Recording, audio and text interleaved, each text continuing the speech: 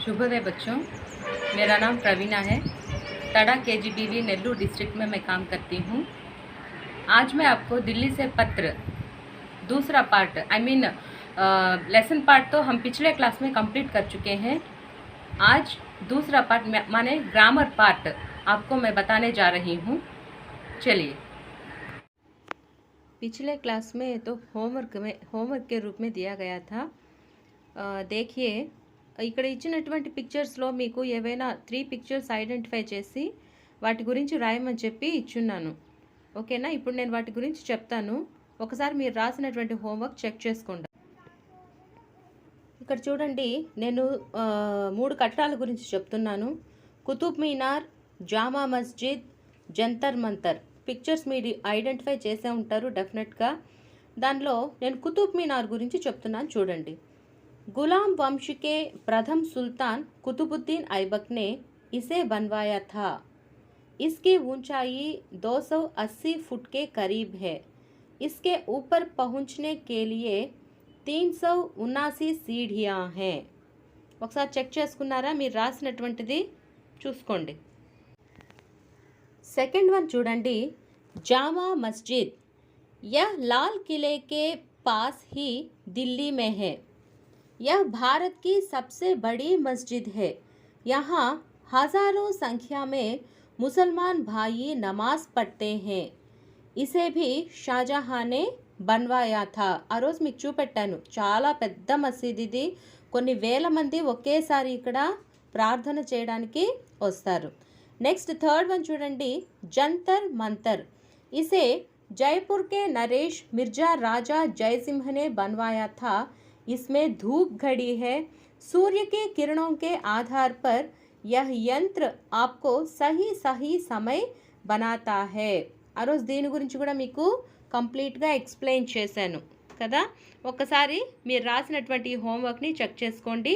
మనం నెక్స్ట్ క్లాస్లోకి వెళ్ళిపోదాం. సునో బోలో, వినండి చెప్పండి. ఇక్కడ చూడండి అమ్మా, ఫస్ట్ క్వశ్చన్, పాఠ్ కే చిత్ర దేఖో కిసి ఏక్ కే బారే మే బతావో. అంటే పాఠంలో ఇచ్చినటువంటి చిత్రాన్ని చూడండి, కిసి ఏక్ కే బారే మే బతావో, వాటిలో ఏదైనా ఒక దాని గురించి చెప్పండి. పాఠ్ కా చిత్ర దేఖా ముఝే కుతుబ్ మీనార్ బహుత్ అచ్చా లగా. నేను పాఠంలో ఉన్నటువంటి చిత్రాలన్నీ చూశాను, నాకు కుతుబ్ మీనార్ చాలా బాగా నచ్చింది. అంటే మనకు నచ్చిన దాని గురించి రాయమన్నారు. ఓకే, నేను కుతుబ్ మీనార్ గురించి చెప్తున్నాను. ఒకసారి చూడండి, కుతుబ్ మీనార్ यह बहुत पुरानी इमारत है। इसे कुतुबुद्दीन ऐबक ने बनवाया। इसकी ऊंचाई 280 फुट के करीब है। इसके ऊपर पहुंचने के लिए 379 सीढ़ियां हैं। इसके ऊपर चढ़ने पर दिल्ली नगर का चारों ओर का दृश्य सुंदर दिखाई देता है।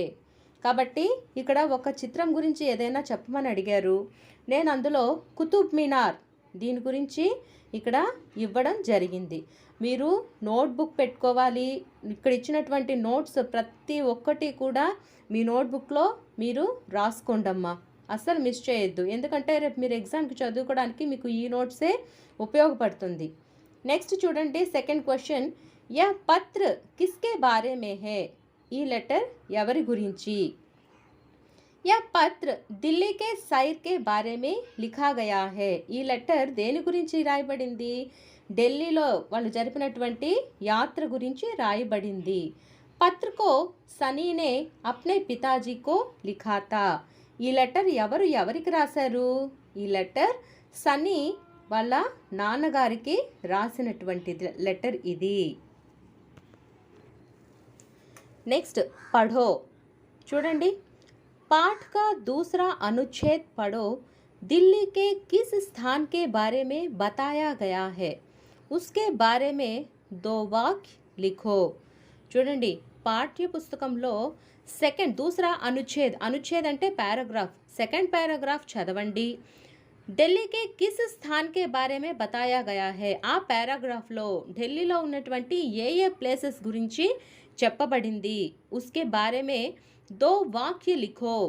ఆ స్థలాల గురించి 2 వాక్యాలు రాయండి అని ఇచ్చారు.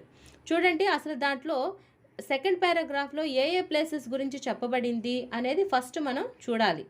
దానిలో ఏమేమి ఇచ్చింది? కుతుబ్ మీనార్ గురించి ఇచ్చున్నారు, లాల్ కిలా, అలాగే జామా మస్జిద్, జంతర్ మంతర్, వీటి గురించి సెకండ్ పారాగ్రాఫ్లో చెప్పబడింది. మరి వాటి గురించి ఒక్కొక్క ప్లేస్ గురించి ఒక రెండు వాక్యాలు రాయమని చెప్పి అడుగున్నారు. ఒకసారి చూడండి. కుతుబ్ మీనార్ यह बहुत पुरानी इमारत है, इसे कुतुबुद्दीन ऐबक ने बनवाया था। इसकी ऊंचाई 280 फुट करीब है। इसके ऊपर पहुंचने के लिए 379 सीढ़ियां हैं। इसके ऊपर चढ़ने पर चारों ओर का दृश्य बहुत सुंदर दिखाई देता है। సో కుతుబ్ మినార్ గురించి ఒక రెండు వాక్యాలు నేను చెప్పాను, అవి చక్కగా నోట్ చేసుకోండి మీ నోట్బుక్లో. लाल किला यह लाल पत्थर से बना है। मुगल बादशाह शाहजहां ने इसे बनवाया था। यहाँ एक स्थान है दीवान ये खास। इसके दीवार पर फारसी की पंक्तियाँ लिखी हैं जिसका अर्थ है, यदि संसार में पृथ्वी पर कहीं स्वर्ग है तो यही है, यही है, यही है. ఇది దీవాన్ ఏ ఖాస్ అనే ప్లేస్ గురించి చెప్పబడింది. స్వర్గం అంటూ భూమి మీద ఏదైనా ఉంది అనంటే అది ఇక్కడేను, ఇదేను అని చెప్పి చెప్పబడింది. నెక్స్ట్ థర్డ్ వన్ చూడండి. జామా మస్జిద్ यह भारत की सबसे बड़ी मस्जिद है। इसे भी कला प्रेमी शाहजहां ने बनवाया था। यहाँ पर हजारों की संख्या में मुसलमान भाई नमाज पढ़ते हैं. ఇక్కడ కొన్ని వేల మంది ముసల్మాన్లు ఒకేసారి నమాజ్ చేస్తారు. Next fourth one Jantar Mantar. ఇది ఖగోళానికి సంబంధించినటువంటి ఇన్ఫర్మేషన్ ఇచ్చేటువంటి యంత్రాలు అని చెప్పి మనం చెప్పుకున్నాము. చూడండి. इसे जयपुर के नरेश मिर्जा राजा जयसिंह ने बनवाया था.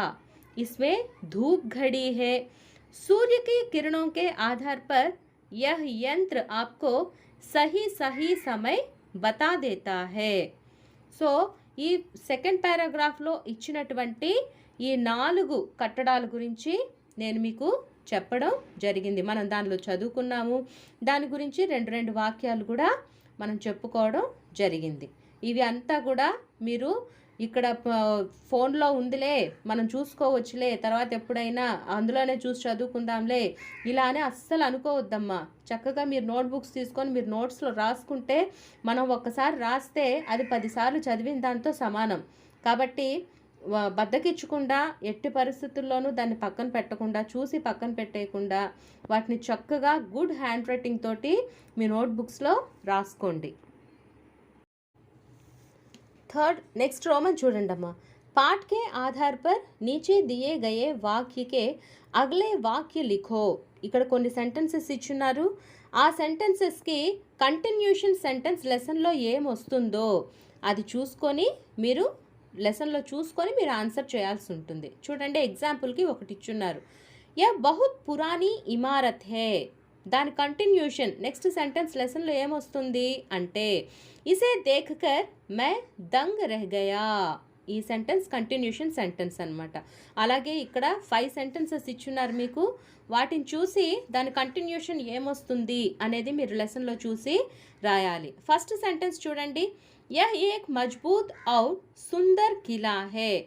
దాని కంటిన్యూషన్ ఏమొస్తుంది లెసన్లో మీరు చూసినట్లయితే ముఘల్ బాద్షాహ్ షాజహానే ఇసే బన్వాయా అనేది కంటిన్యూషన్ సెంటెన్స్. అలాగే సెకండ్ సెంటెన్స్ చూడండి. ఇస్మే ధూప్ ఘడి హే. దాని కంటిన్యూషన్ ఏమొస్తుంది? सूर्य के किरणों के आधार पर यह यंत्र आपको सही सही समय बता देता है. Next third one. यदि संसार पर कहीं स्वर्ग है, दान कंटिन्यूशन, तो वह यही है, यही है. అలాగే ఫోర్త్ సెంటెన్స్ చూడండి. इसकी ऊंचाई 280 फुट के करीब है.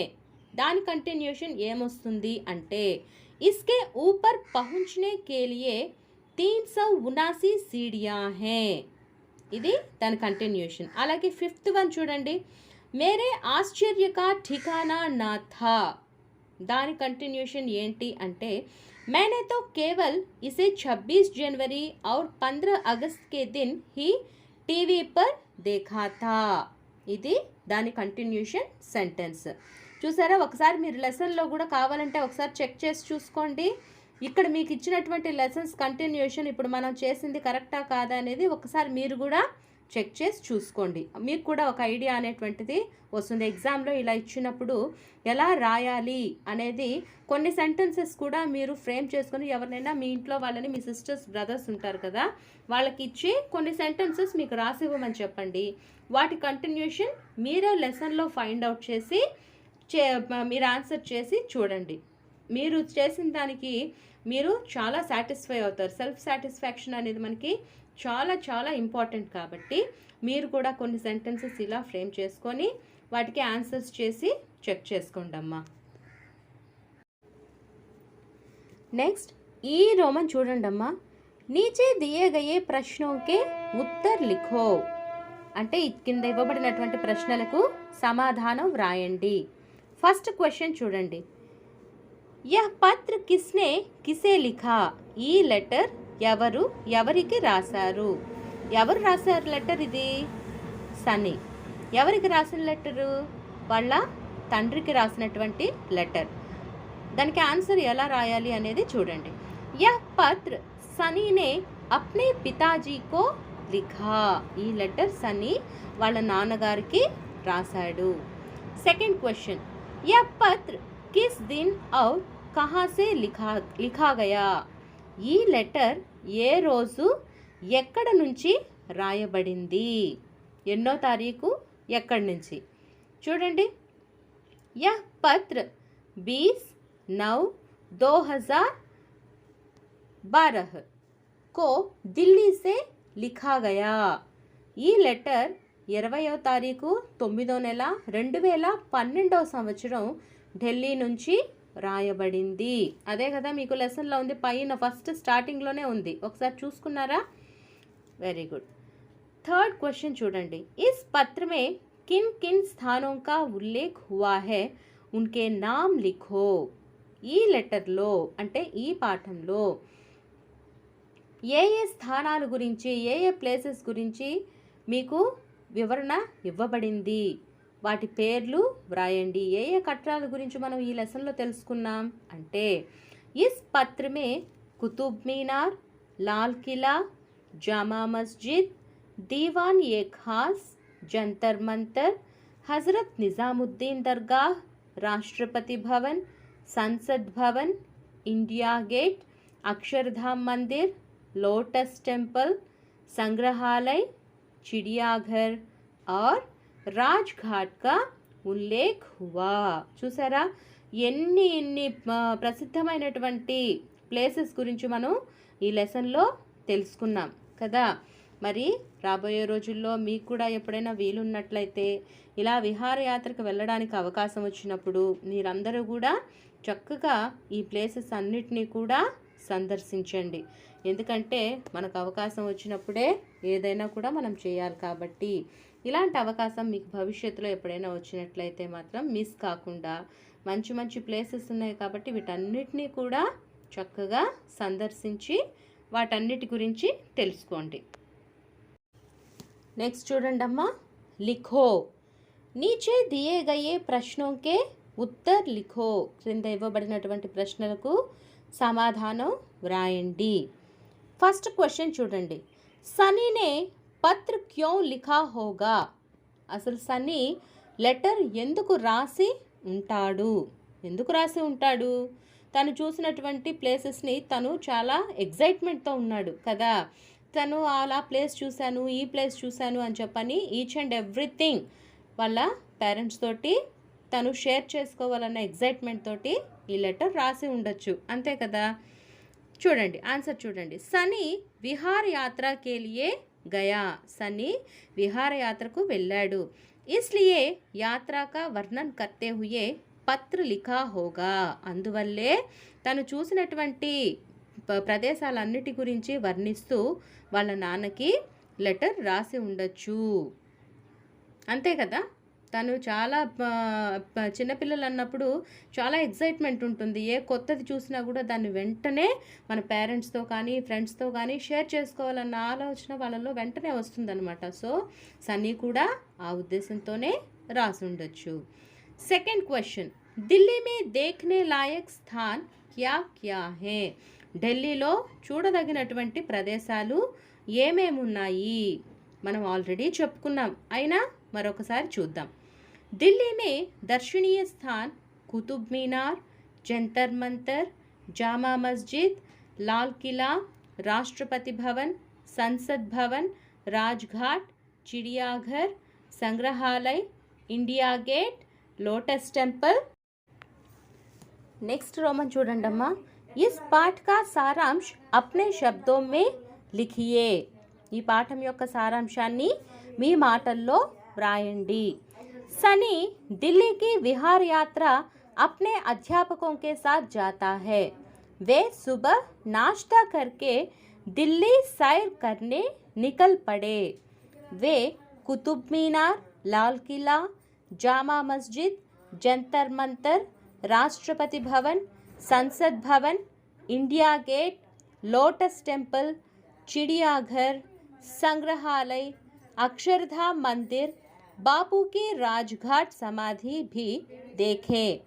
कुतुब मीनार को गुलाम वंश के प्रथम सुल्तान कुतुबुद्दीन ऐबक ने बनवाया था. इसकी ऊंचाई 280 फुट और इसके ऊपर चढ़ने के लिए 379 सीढ़ियां भी हैं. लाल किला लाल पत्थर से बना हुआ किला है. इसको मुगल बादशाह शाहजहां ने बनवाया. यहाँ पर हर साल 15 अगस्त और 26 जनवरी को झंडा फहराया जाता है. जामा मस्जिद को भी शाहजहां ने ही बनवाया था. जंतर मंतर को जयपुर के नरेश मिर्जा राजा जयसिंह ने बनवाया था. यहाँ एक धूप की घड़ी है जो सूर्य की किरणों के आधार पर यह यंत्र सही समय बता देता है. सनी दिल्ली के दर्शनीय स्थान को सविस्तार के साथ अपने पिताजी को పత్ర మే లిఖతా హే. చూసారా, ఆ పాఠంలో ఉన్నటువంటి సారాంశాన్ని మనం ఇక్కడ క్లుప్తంగా చెప్పుకోవడం జరిగింది. సనీ అసలు ఎవరితో ఎక్కడికి వెళ్ళాడు, తను చూసినటువంటి ప్రదేశాలేంటి, వాటి గురించి కొంత వివరణ. సో ఇవన్నీ కూడా మనం సారాంశంలో చెప్పాల్సినటువంటి అవసరం ఉంటుంది. కాబట్టి చక్కగా ఈ సారాంశాన్ని కూడా రాసుకొని చక్కగా నేర్చుకోండమ్మా.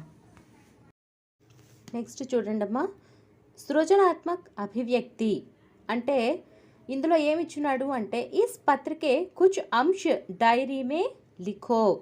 ఈ పాఠంలో ఇచ్చినటువంటి లెటర్ పాఠంలో ఇచ్చినటువంటి కొన్ని అంశాలని మీరు మీ డైరీలో రాయండి. కుచ్ అంశ, దీనిలో ఉన్నటువంటి కొన్ని అంశాలు రాయాల్సి ఉంటుంది. డైరీ అనేది మనం ఎలా రాస్తాము, మనం ఏ రోజు రాస్తున్నామో అది డేట్ వేస్తాము, ఎక్కడ ఏ ప్లేస్లో రాస్తున్నామో ఆ ప్లేస్ నేమ్ రాస్తాము.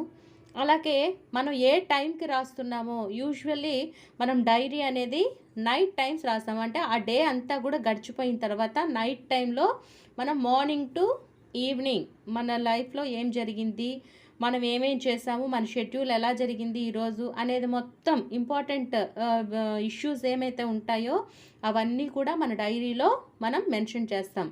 కాబట్టి ఈ పాఠంలో ఉన్నటువంటి కొన్ని అంశాలు మీరు కూడా మీ డైరీలో రాయండి అని ఇచ్చున్నారు. కాబట్టి ఆల్మోస్ట్ మీకు సారాంశంలో ఏదైతే ఉందో మ్యాటర్, అదే మ్యాటర్ని మీరు ఒక డైరీ ఫార్మాట్లో రాయడానికి ప్రయత్నించండి అమ్మా.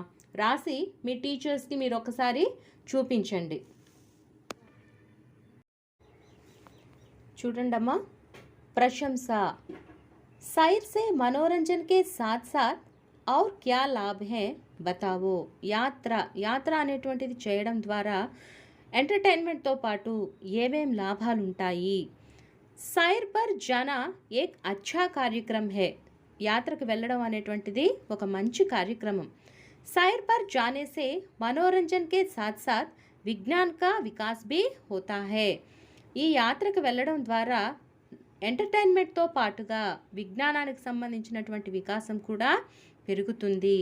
సైర్ పర్ హమ్ అనేక్ ప్రదేశ్ దేఖ్తే హే, యాత్రకు వెళ్ళినప్పుడు మనము చాలా ప్రదేశాలని చూడడం జరుగుతుంది।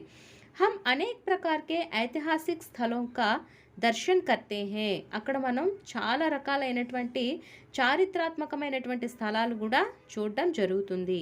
वहाँ के लोगों का आचार विचार संस्कृति हमें मालूम होती है, అక్కడ ఉన్నటువంటి ప్రజల యొక్క ఆచార వ్యవహారాలు కానివ్వండి, సంస్కృతి కానివ్వండి, ఇవన్నీ కూడా మనం తెలుసుకోగలుగుతాము।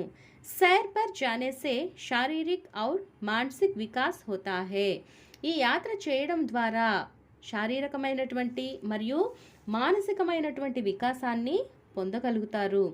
सैर करना विद्यार्थियों के लिए अत्यंत ज़रूरी है, యాత్ర చేయడం అనేటువంటిది విద్యార్థులకు చాలా అవసరము। उनको किताब के द्वारा पढ़े हुए विषयों का प्रत्यक्ष ज्ञान प्राप्त होता है, వాళ్ళు పుస్తకాల్లో చదివినటువంటి లేదా పుస్తకాల్లో ద్వారా విన్నటువంటి విషయాలని వాళ్ళు ప్రత్యక్షంగా చూడగలుగుతారు। చూసారా, మనం చూసిన దానికంటే ఇలా పుస్తకాల్లోనో ఎవరైనా చెప్తే వింటేనో వాటికన్నా కూడా డైరెక్ట్గా మనం కంటితో మనం చూసినటువంటి విషయాలు మన మైండ్లో ఎప్పటికీ అలా గుర్తుండిపోతాయి। కాబట్టి వాళ్ళు విన్నటువంటి విషయాలను ప్రత్యక్షంగా చూసినప్పుడు కొంత జ్ఞానాన్ని వాళ్ళు పొందగలుగుతారు। सैर करने से हमारे जीवन में एक नया उल्लास भर जाता है, మన యాత్ర చేయడం ద్వారా మన జీవితంలో ఒక కొత్త ఉత్సాహం అనేటువంటిది ఉంటుంది।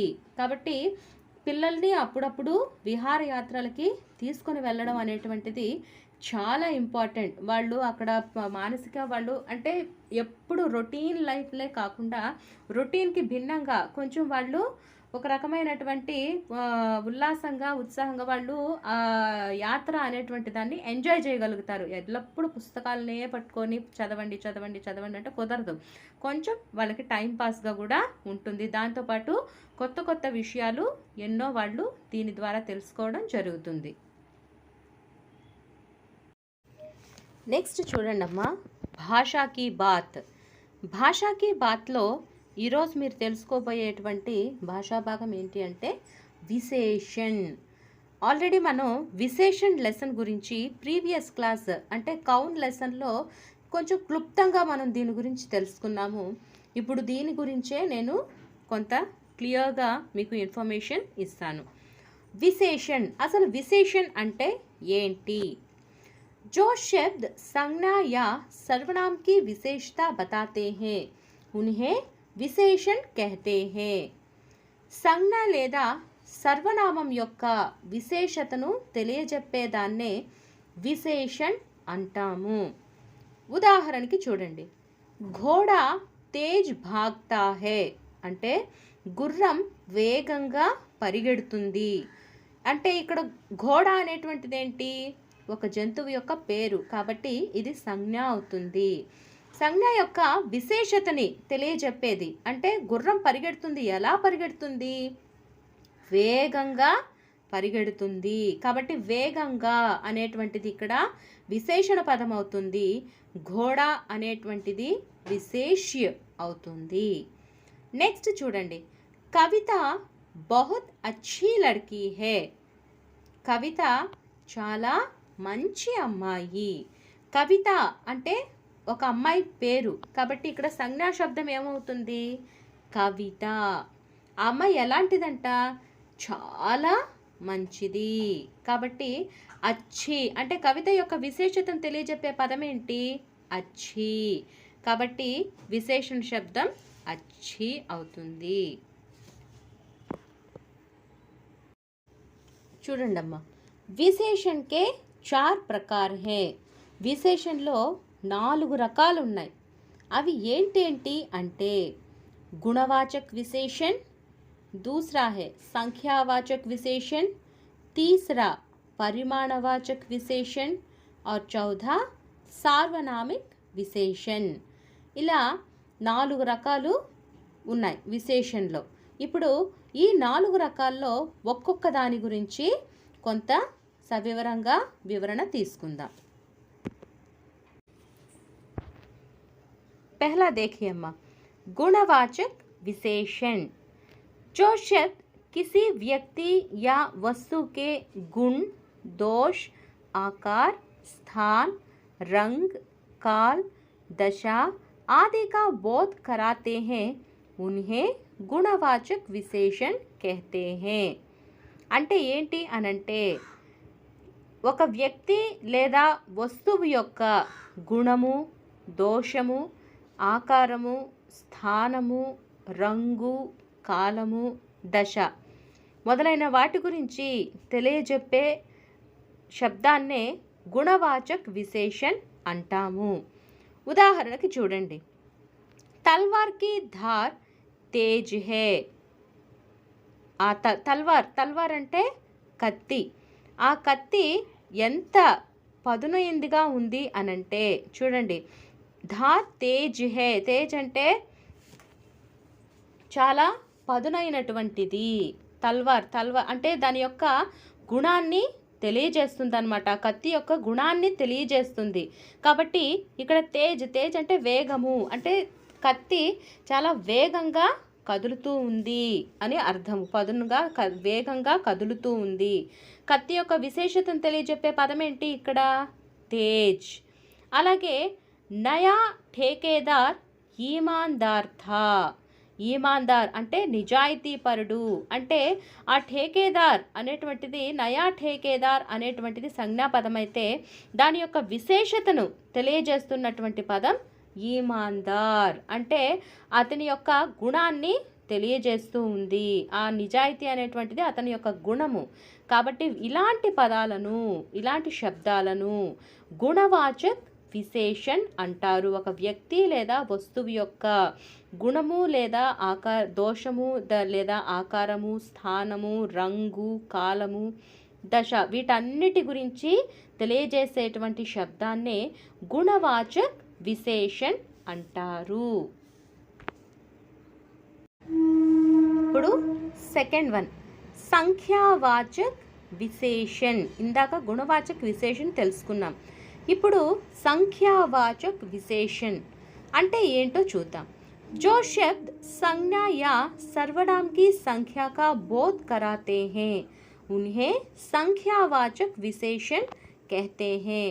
సంజ్ఞ లేదా సర్వనామం యొక్క సంఖ్యను తెలియజేసే శబ్దాన్నే సంఖ్యావాచక్ विशेषण अंटारू.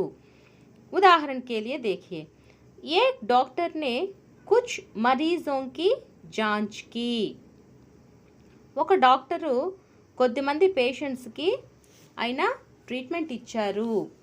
అంటే చూడండి, ఏక్ అనేటువంటిది ఏంటి? ఒక సంఖ్యని సూచిస్తుంది. కాబట్టి ఇక్కడ ఏక్ అనేటువంటిది సంఖ్య.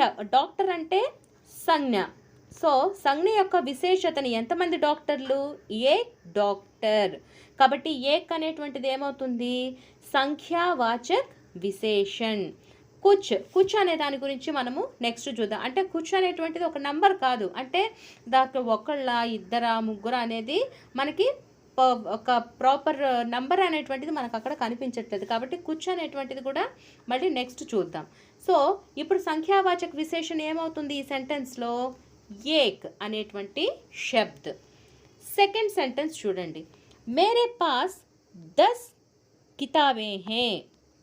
నా దగ్గర 10 పుస్తకాలు ఉన్నాయి. సో కితాబ్ అంటే ఏంటి? సంజ్ఞ. సో సంజ్ఞ యొక్క విశేషతను, ఎన్ని పుస్తకాలు ఉన్నాయి నా దగ్గర? 10 పుస్తకాలు. సో 10 అనేటువంటిది అంటే ఏంటి? 10. సో 10 అనేటువంటిది నంబర్ కాబట్టి ఆ నంబర్ సంజ్ఞ యొక్క సంఖ్యని సూచిస్తుంది. కాబట్టి ఆ 10 అనేటువంటిది ఏమవుతుంది ఇక్కడ? సంఖ్యావాచక్ విశేషణ్ అవుతుంది. మరొకసారి చెప్తాను చూడండి. ఏక్ డాక్టర్ యొక్క విశేషత అంటే ఎంతమంది ఉన్నారు అనేటువంటిది ఏక్ అనే శబ్దం తెలియజేస్తుంది. కాబట్టి ఏక్ అనేటువంటిది సంఖ్యావాచక విశేషణ అవుతుంది. అలాగే కితాబ్, ఎన్ని పుస్తకాలు ఉన్నాయి? 10 కితాబే. కాబట్టి ఇక్కడ కితాబే యొక్క విశేషతను తెలియజెప్పేటువంటి పదం ఏంటి? 10. 10 అంటే संख्या కాబట్టి 1 और 10 यहाँ संख्यावाचक विशेषण शब्द हैं। చూడండి, సంఖ్యావాచक विशेषण के दो प्रकार है। సంఖ్యావాచక విశేషణ మరి రెండు రకాలుగా ఉంటుందంట। మొదటిదేంటి, निश्चित संख्यावाचक विशेषण, दूसरा है अनिश्चित संख्यावाचक विशेषण। అంటే సంఖ్యావాచక విశేషణ రెండు రకాలుగా ఉంటుంది। మొదటిది నిశ్చిత సంఖ్యావాచక విశేషణ, రెండవది అనిశ్చిత సంఖ్యావాచక విశేషణ। సో ఇప్పుడు రెండిటి గురించి కూడా తెలుసుకుందాం। మొట్టమొదట మనం నిశ్చిత సంఖ్యావాచక విశేషణ దీని గురించి తెలుసుకుందాం। यहाँ देखिए, निश्चित संख्यावाचक विशेषण, जो शब्द संज्ञा या सर्वनाम की निश्चित संख्या का बोध कराते हैं उन्हें निश्चित संख्यावाचक विशेषण कहते हैं। సంజ్ఞ లేదా సర్వనామం యొక్క నిశ్చిత సంఖ్యను తెలియజెప్పే దానినే నిశ్చిత సంఖ్యావాచక విశేషణ అంటారు। ఎగ్జాంపుల్స్ చూడండి। ఉదాహరణ, राहुल 8वीं कक्षा में पढ़ता है। రాహుల్ 8వ తరగతి చదువుతున్నాడు। రాహుల్ అంటే సంజ్ఞ కదా, మరి రాహుల్ చదువుతున్నాడు, ఎన్నో తరగతి చదువుతున్నాడు? 8वीं కక్ష అంటే ఇక్కడ ఆ తరగతి సంఖ్యను తెలియజేస్తున్నటువంటి నిశ్చితమైనటువంటి సంఖ్య ఇక్కడ తెలియజేస్తూ ఉంది మనకి అతను చదివే క్లాస్ని। కాబట్టి 8वीं అంటే 8వ, ఆ 8वीं అనేటువంటిది నిశ్చిత సంఖ్యావాచక విశేషణ అవుతుంది। నెక్స్ట్ ఎగ్జాంపుల్ చూడండి। టోకరీ మే 4 ఆమ్ హై। టోకరీ అంటే బాస్కెట్, బాస్కెట్లో ఎన్ని ఉన్నాయంట? 4 మామిడి పండ్లు ఉన్నాయి। చార్ అంటే 4। సో మామిడి పండ్లు, ఆమ్ అంటే సంజ్ఞా శబ్ద కాబట్టి ఆ సంజ్ఞ ఎన్ని ఉన్నాయి? 4 ఉన్నాయి। కాబట్టి ఆమ్ యొక్క విశేషతను తెలియచెప్పే సంఖ్యావాచక విశేషణ ఏంటి అంటే నిశ్చిత సంఖ్యావాచక విశేషణ 4 అంటే నిశ్చితమైనటువంటి సంఖ్యని ఇక్కడ తెలియజేస్తూ ఉన్నాయి। కాబట్టి राहुल 8वीं कक्षा में पढ़ता है, इस सेंटेंस में 8वीं निश्चित संख्यावाचक विशेषण है और टोकरी में 4 आम है। यहाँ 4 शब्द संख्यावाचक विशेषण शब्द कहलाता है। सेकंड वन చూడండి। అనిశ్చిత సంఖ్యావాచక విశేషణ, ఇందాక నిశ్చిత సంఖ్యావాచక విశేషణ తెలుసుకున్నాం, ఇప్పుడు అనిశ్చిత సంఖ్యావాచక विशेषण, जिन विशेषणों में निश्चित संख्या का बोध नहीं होता उन्हें अनिश्चित संख्यावाचक विशेषण कहते हैं। అంటే నిశ్చితమైనటువంటి సంఖ్య చెప్పలేకపోయినప్పుడు దానిని అనిశ్చిత సంఖ్యావాచక విశేషణ అంటారు। అంటే అక్కడ నిశ్చితమైనటువంటి సంఖ్య ఉండదు। ఎగ్జాంపుల్ చూడండి।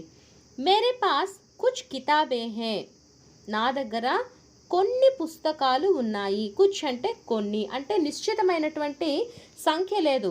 1 2 3 4 అంటే ఒక పర్టికులర్ నెంబర్ అంటూ ఏది లేదు అక్కడ, కొన్ని పుస్తకాలు ఉన్నాయి అంటే పర్టికులర్ నెంబర్ లేదు కాబట్టి అనిశ్చిత సంఖ్యావాచక విశేషణ కితాబే అనేటువంటిది అక్కడ సంజ్ఞాపదం అవుతుంది।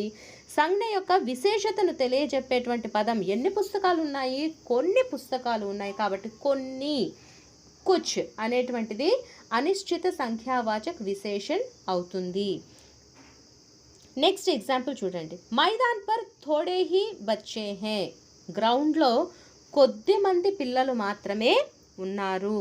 అంటే కొద్ది మంది, థోడా అంటే కొద్ది మంది, థోడే హీ బచ్చే హై కొంతమంది మాత్రమే ఉన్నారు। అంటే కొంతమంది అంటే అక్కడ ఒకళ్ళు ఉన్నారా, ఇద్దరు ఉన్నారా, ముగ్గురు ఉన్నారా, నలుగురు ఉన్నారా, కౌంట్ లేదు, 10 మంది ఉన్నారా, కౌంట్ చెప్పట్లేదు, కొద్ది మంది। సో బచ్చే అనేటువంటిది సంజ్ఞా శబ్దం అయితే అక్కడ ఎంతమంది ఉన్నారు అనేటువంటిది థోడే అనేటువంటి పదం సూచిస్తుంది కాబట్టి ఇక్కడ థోడే అనేటువంటిది అనిశ్చిత సంఖ్యావాచక విశేషణ అవుతుంది। विशेषण में तीसरा प्रकार है परिमाणवाचक विशेषण। మూడో రకం ఏంటి? परिमाणवाचक विशेषण। जो शब्द संज्ञा या सर्वनाम की मात्रा नाप तौल का बोध कराते हैं उन्हें परिमाणवाचक विशेषण कहते हैं। అంటే సంజ్ఞ లేదా సర్వనామం యొక్క బరువు కానివ్వండి లేదా దాన్ని కొలవడం అంటే పొడవు వెడల్పులు ఇలాంటివి కావచ్చు లేదా బరువులు కావచ్చు, వీటిని తెలియచెప్పేటువంటి విశేషణ శబ్దాన్ని పరిమాణవాచక్ విశేషణ్ అంటారు. బరువులు లేదా కొలతలు తెలియచెప్పేటువంటి విశేషణ శబ్దము. చూడండి, ఎగ్జాంపుల్ చూడండి. 2 కిలో ఆటా దో, 2 కిలోల ఆట ఇవ్వండి. అంటే కిలో అంటే ఏంటి? వెయిట్ కదా, బరువుని సూచిస్తున్నటువంటి శబ్దము. కాబట్టి ఇది పరిమాణవాచక విశేషణ్ అవుతుంది. ఆట అనేటువంటిది సంజ్ఞ అయితే సంజ్ఞ యొక్క విశేషతను తెలియజేస్తుంది కిలో అనేటువంటిది. కాబట్టి కిలో అనేటువంటిది పరిమాణవాచక విశేషణ్ అవుతుంది. యహ్ 1 లీటర్ దూద్ హే, ఇది 1 లీటరు పాలు. దూద్ అంటే పాలు అని అర్థము. అంటే లీటర్ అంటే ఇక్కడ బరువుని సూచిస్తున్నటువంటి శబ్దము. కాబట్టి దూద్ అంటే పాలంటే సంజ్ఞా శబ్దం. కాబట్టి సంజ్ఞ యొక్క విశేషతని ఏం తెలియజేస్తుంది ఇక్కడ? లీటర్ అనేటువంటి పరిమాణవాచక విశేషణము. కాబట్టి ఇక్కడ కిలో అనేటువంటిది మరియు లీటర్ ఈ రెండు శబ్దాలు కూడా పరిమాణవాచక విశేషణ్ అనేటువంటి శబ్దాన్ని సూచిస్తూ ఉన్నాయి. కాబట్టి బరువులు లేదా కొలతలు తెలియజేసేటువంటి విశేషణ శబ్దాలను ఏమంటారు? పరిమాణవాచక్ విశేషణ్ అంటారు. फिर परिमाणवाचक विशेषण के 2 प्रकार हैं। पहला है निश्चित परिमाणवाचक विशेषण और दूसरा है अनिश्चित परिमाणवाचक विशेषण. పరిమాణవాచక విశేషణలో కూడా మళ్ళీ 2 రకాలు ఉన్నాయి. మొదటిది నిశ్చిత పరిమాణవాచక విశేషణ్, రెండవది అనిశ్చిత పరిమాణవాచక విశేషణ్. ఇప్పుడు మనం ఫస్ట్ నిశ్చిత పరిమాణవాచక విశేషణ్ గురించి తెలుసుకుందాం. చూడండి, निश्चित परिमाणवाचक विशेषण जो शब्द संज्ञा या सर्वनाम की निश्चित मात्रा का बोध कराते हैं उन्हें निश्चित परिमाणवाचक विशेषण कहते हैं. అంటే సంజ్ఞ లేదా సర్వనామం యొక్క నిశ్చితమైనటువంటి కొలతలు లేదా బరువులు తెలియజెప్పేటువంటి విశేషణ శబ్దాన్ని నిశ్చిత పరిమాణవాచక విశేషణ్ అంటారు. ఉదాహరణకు చూడండి, डिब्बे में 1 కిలో దాల్ है, డబ్బాలో 1 కిలో పప్పు ఉంది. 1 కిలో అంటే ఒక స్టాండర్డ్ మెజర్మెంట్ అనేటువంటిది మనకి ఇక్కడ దొరుకుతూ ఉంది. నిశ్చిత్ అంటే 1 కిలో, 1 కిలో పప్పు ఉంది. నిశ్చితమైనటువంటి సంఖ్య ఉంది ఇక్కడ కదా, నిశ్చితమైనటువంటి పరిమాణాన్ని తెలియజేస్తూ ఉంది 1 కిలో అనేటువంటి శబ్దం. కాబట్టి ఇది పరిమాణవాచక విశేషణ్ శబ్ద్ అవుతుంది, నిశ్చిత పరిమాణవాచక విశేషణ్ అవుతుంది. సెకండ్ వన్ చూడండి, బాజార్ సే मैंने 4 మీటర్ కపడా లియా, బజార్ నుంచి నేను 4 మీటర్ల క్లాత్, కపడా అంటే క్లాత్ కొన్నాను, తీసుకున్నాను. అంటే 4 మీటర్ అంటే నిశ్చితమైనటువంటి మెజర్మెంట్ అనేటువంటిది అక్కడ మనకి కనబడుతూ ఉంది. కాబట్టి 1 కిలో और 4 मीटर ये दोनों निश्चित परिमाणवाचक विशेषण शब्द को सूचित करते हैं ना, इसीलिए इन दोनों शब्दों को निश्चित परिमाणवाचक विशेषण कहते हैं. और अब देखिए अनिश्चित परिमाणवाचक विशेषण जो शब्द संज्ञा या सर्वनाम की अनिश्चित मात्रा का बोध कराते हैं उन्हें అనిశ్చిత పరిమాణవాచక విశేషణ్ कहते हैं. అంటే నిశ్చితమైనటువంటి సంఖ్యను తెలియజేయకపోతే, సంఖ్య లేదా బరువును తెలియజేయకనప్పుడు ఆ విశేషణ శబ్దాలను ఏమంటాము? అనిశ్చిత పరిమాణవాచక విశేషణ్ అంటాము. అంటే చూడండి, ఉదాహరణ देखिए, तुम थोड़ा पानी पी लो, నువ్వు కొన్ని నీళ్లు తాగు అంటే ఏంటి? కొన్ని అంటున్నారే కానీ ఆ కొన్ని అంటే 1 గ్లాసా, 2 గ్లాసెసా లేదా 4 గ్లాసెసా? సో ఎన్ని అనేది చెప్పట్లేదు. కొన్ని నీళ్ళు అంటున్నాడు కాబట్టి థోడా నిశ్చితమైనటువంటి సంఖ్య లేదక్కడ. కాబట్టి అలాంటి విశేషణ శబ్దాలను ఏమంటాము? అనిశ్చిత పరిమాణవాచక్ విశేషణ్ అంటాము. బాజార్ సే కుచ్ చావల్ లేలో, బజార్ నుంచి కొంత రైస్ తీసుకొనిరా అన్నారు. ఎంత రైసు? 1 కిలో, 2 కిలో, 4 కిలో ఇలా చెప్పలేదు ఇక్కడ. నిశ్చితమైనటువంటి సంఖ్య లేదు. కొన్ని బియ్యం తీసుకొనిరా అన్నారు. కొంత అంటే నిశ్చితమైనటువంటి అక్కడ మెజర్మెంట్ అనేటువంటిది మనకి చెప్పట్లేదు. కాబట్టి ఇలాంటి పరిమాణవాచక విశేషణ్ ఏమంటారు? అనిశ్చిత పరిమాణవాచక్ విశేషణ్ అంటారు.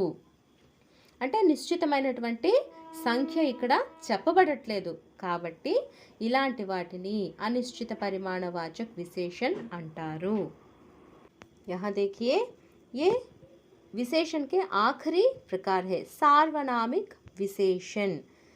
जो सर्वनाम विशेषण के रूप में प्रयुक्त होते हैं उन्हें सार्वनामिक विशेषण अंटारू। సర్వనామ్ విశేషణ్ కే రూప్ మే ఏ సర్వనామాలైతే విశేషణ రూపంలో మనకి కనపడతాయో వాటినే సార్వనామిక్ విశేషణ్ అంటారు. అంటే ఇక్కడ చూడండి, ఉదాహరణ देखिए, వహ్ లడకా ప్రథమ్ ఆయా. లడకా లడకా అంటే ఏంటి? సంజ్ఞ. ఆ సంజ్ఞ యొక్క విశేషతను ఇక్కడ తెలియజెప్పేటువంటి పదం ఏంటి? వహ్. వహ్ అంటే అతడు, ఆమె ఇలా అర్థాలు వస్తాయి కదా. వహ్ అంటే సంజ్ఞకి బదులుగా వాడేటువంటి శబ్దాన్ని సర్వనామము అంటాము కదా. సంజ్ఞకే బదులే ఆనే వాలే శబ్द को सर्वनाम कहते हैं. यहाँ లడకా లడకా అంటే అబ్బాయి సంజ్ఞ. సంజ్ఞ యొక్క విశేషతని తెలియచెప్పేటువంటి సార్వనామిక శబ్దం ఏముంది ఇక్కడ? వహ్. కాబట్టి వహ్ అనేటువంటిది సార్వనామిక్ విశేషణ్. ఎందుకంటే వహ్ అనేది సర్వనామ్ కదా, కాబట్టి వహ్ అనేది సార్వనామిక్ విశేషణ్ అవుతుంది. యహ్ తోతా బోల్తా హే. తోతా అంటే ప్యారెట్, చిలుక. కాబట్టి తోత మాట్లాడుతుంది. ఏ తోత? ఈ చిలుక. కాబట్టి తోత అనేటువంటిది సంజ్ఞా శబ్దం అయితే ఆ సంజ్ఞ యొక్క విశేషతను తెలియచెప్పేటువంటి సార్వనామిక విశేషణ్ ఏముంది ఇక్కడ? యహ్. కాబట్టి ఈ 2 సెంటెన్సెస్ మీరు గమనించినట్లయితే వహ్, యహ్ ఇవన్నీ సర్వనామ శబ్దాలు కాబట్టి ఇక్కడ సంజ్ఞ యొక్క విశేషతను సూచించేవి ఈ సర్వనామ శబ్దాలు కాబట్టే ఈ వహ్ మరియు యహ్ ఈ రెండిటినీ కూడా సార్వనామిక్ విశేషణ్ అంటారు. చూడండమ్మా, नीचे दिया गया చిత్ర देखो उसके बारे में कुछ वाक्य लिखो. ఈరోజు మీకు ఇదే గృహకార్య. ఇది హోంవర్క్ చేసి మీరు మీ టీచర్కి చూపించండి. చూడండి, కింద ఒక చిత్రం ఇవ్వబడింది.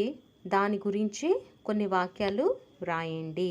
ఆ కింద ఇచ్చినటువంటి పిక్చర్ని చూసారా? ఏంటది? మీరు ఈ పాటికి ఐడెంటిఫై చేసేసే ఉంటారు కదా. You are too intelligent. Charminar కదా. మరి ఆ చార్మినార్ గురించి మీకు తెలిసినటువంటి విషయాలు మీ ఓన్ వర్డ్స్లో మీరు హిందీలో రాయడానికి ట్రై చేయండి. మీకు వచ్చినంత వరకు అది మీ క్లాస్ టీచర్కి చూపెట్టండి. ధన్యవాద్.